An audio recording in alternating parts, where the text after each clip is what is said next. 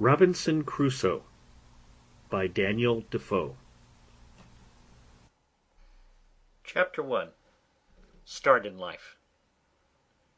I was born in the year 1632 in the city of York, of a good family, though not of that country, my father being a foreigner of Bremen, who first settled at Hull.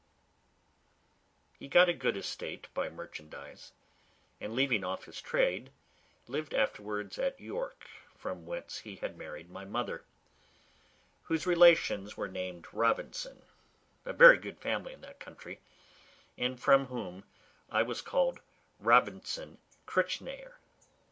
But, by the usual corruption of words in England, we are now called, nay, we call ourselves and write our name, Crusoe, and so my companions always called me. I had two elder brothers, one of whom was lieutenant colonel to an English regiment of foot in Flanders, formerly commanded by the famous Colonel Lockhart, and was killed at the battle near Dunkirk against the Spaniards. What became of my second brother I never knew, any more than my father or mother knew what became of me. Being the third son of the family and not bred to any trade, my head began to be filled very early with rambling thoughts.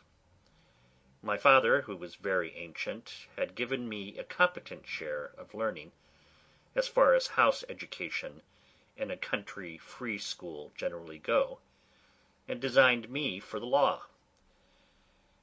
But I would be satisfied with nothing but going to sea, and my inclination to this led me so strongly against the will, nay, the commands of my father, and against all the entreaties and persuasions of my mother and other friends, that there seemed to be something fatal in that propensity of nature, tending directly to the life of misery which was to befall me. My father, a wise and grave man, gave me serious and excellent counsel against what he foresaw was my design. He called me one morning into his chamber, where he was confined by the gout, and expostulated very warmly with me upon this subject. He asked me what reasons, more than a mere wandering inclination, I had for leaving father's house and my native country, where I might be well introduced, and had a prospect of raising my fortune by application and industry, with a life of ease and pleasure.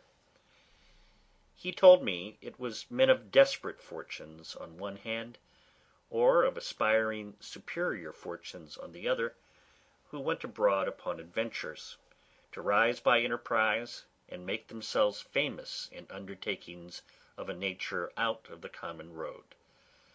That these things were all either too far above me or too far below me, that mine was the middle state, or what might be called the upper station of low life, which he had found, by long experience, was the best state in the world, the most suited to human happiness, not exposed to the miseries and hardships, the labour and suffering of the mechanic part of mankind, and not embarrassed with the pride, luxury, ambition, and envy of the upper part of mankind.